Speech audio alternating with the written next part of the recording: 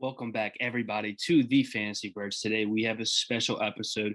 We're going over some potential league winners in fantasy football for 2021. These are a couple guys that we think have the potential to make it inside the top five at their respective positions and win New Year leagues. Not saying 100% going to happen, but have a decent chance of making it happen this year. First guy on our list today is going to be DeAndre Swift for the Detroit Lions. I know a lot of people want to stay away from DeAndre Swift based on the offense that he should have this season with the Lions centered around new quarterback Jared Goff. They think that team's going to struggle, which they probably will. However, we've seen Jared Goff be a decent fantasy quarterback in the past 2 years, 3 years with Sean McVay. He put up decent numbers and actually supported multiple wide receivers, multiple running backs in those years. So it can be done with Jared Goff. I'm not too concerned about that.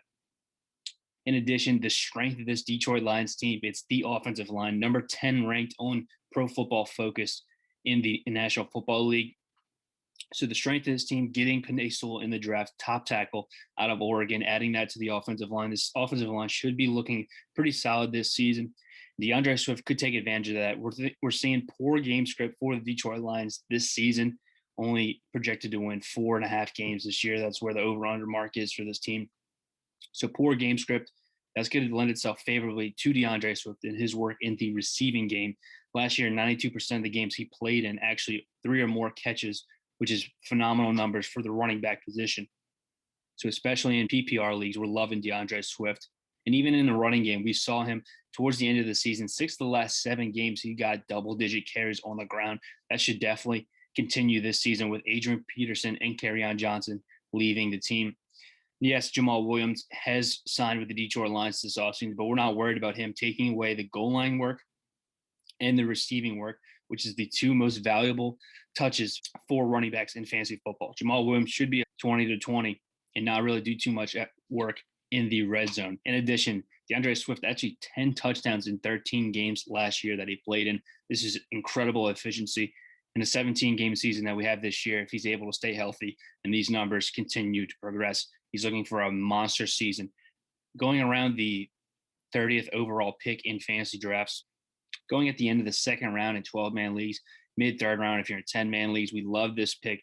DeAndre Swift has the potential to climb into the top 3 running backs for this season and win you some fantasy leagues. Getting back to that receptions total for DeAndre Swift, one of the best receiving backs in the league, so dynamic, kind of similar to an Alvin Kamara kind of back receiving. 7th most receiving yards per game from a year ago. We expect that to continue. The thing that people are forgetting, Anthony Lynn is now the offensive coordinator for the Detroit Lions. Anthony Lynn, former head coach of the Los Angeles Chargers. We saw that did not go very well. But what do we know about Anthony Lynn, former running back? His coaching lends itself very favorably to running backs in fantasy football. We saw Melvin Gordon be a dominant first-round pick for those Chargers for multiple years, and even Austin Eckler a year ago, dominant in the games that he played, unfortunately, with that hamstring strain. But other than those games that he missed, he was incredibly efficient in the touches that he had. So Anthony Lynn has shown that he loves giving running backs huge workloads and huge fantasy outputs. DeAndre Swift, definitely a league winner potentially in the 3rd round this year. Next guy on our list is going to be CeeDee Lamb for the Dallas Cowboys.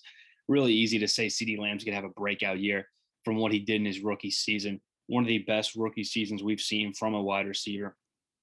Just not as good as Justin Jefferson's, but we did see CeeDee Lamb lose his quarterback in week 5, Dak Prescott. Before Dak Prescott's injury, actually, CeeDee Lamb was averaging 15.2 fantasy points per game. This had him on pace to be the wide receiver 7. If we can see Dak Prescott and CeeDee Lamb fully healthy for the entire year, the sky is the limit for CeeDee Lamb and his numbers. We love CeeDee Lamb going as the wide receiver 12 currently in fantasy, but he has the upside to reach the top 5. Amari Cooper coming in a little bit hampered with an injury coming into the season. We're not too worried about that. But CeeDee Lamb, only 64% of the offensive snaps he actually played in. We expect that number to increase coming into his 2nd season. Rookies usually don't get a huge snap load in their first year, but we're going to see that continue to improve. CeeDee Lamb actually took 28% of the Cowboys wide receiver targets from a year ago. With the increased snaps that we project for this upcoming year, his numbers are going to increase significantly. We think he has the potential to win you fantasy leagues coming in as wide receiver 12, could sneak into that top 5 range if he's able to get the touchdown upside that we think he will have. Big body wide receiver, 6'2", 195. We think he can play huge in the red zone and win you some fantasy championships. Next guys on our list is going to be Deontae Johnson for the Pittsburgh Steelers. We talked about him in our top value targets for this upcoming season, but we're also going to include him in the league winners. Why is he a league winner? It's strictly due to the volume he's going to see this year. I mean, over the past 3 years, we've seen 60% of the top 5 wide receivers that finished this season all have 140 targets or more in that season. What does Deontae Johnson have a year ago? 144 targets last year. He was 5th in targets over the course of the season. He actually missed 2 games due to injury. With those numbers, we expect that continue this year, even with Big Ben and the Pittsburgh Steelers offense reducing the passing game volume. We think Deontae Johnson is going to hold his volume in the offense, making up for those 2 games that he missed a year ago. 10 games last year with double-digit targets. That is an unreal number for a guy going 60th overall average draft position. You're getting this guy in the 6th, 7th round. Absolute steal. Has the potential to be a top 5 wide receiver. Has the volume. Has the touchdown upside in a Pittsburgh team that we look to need to throw the ball with that poor offensive line play. Looking to go short with Deontae Johnson, keeping that volume up. Volume is king. We know that in fantasy. Deontae Johnson, you're not going to be able to draft too many guys with over 140 targets in the 6th round. Deontae Johnson, the only guy I really like with that volume this late in drafts. Came in as a wide receiver 24 from a season ago. Everybody wants to point to the drops for Deontae Johnson as a reason to why he's not going to be able to break out this year. But what have we seen over the course of the last 10 years in the NFL? Drops do not correlate to future success in fantasy football and in the NFL. You can't use drops from season to season to be an accurate predictor of future fantasy success. So we do like Deontae Johnson, even with the drop history. We think he's going to be able to get it going in year 3.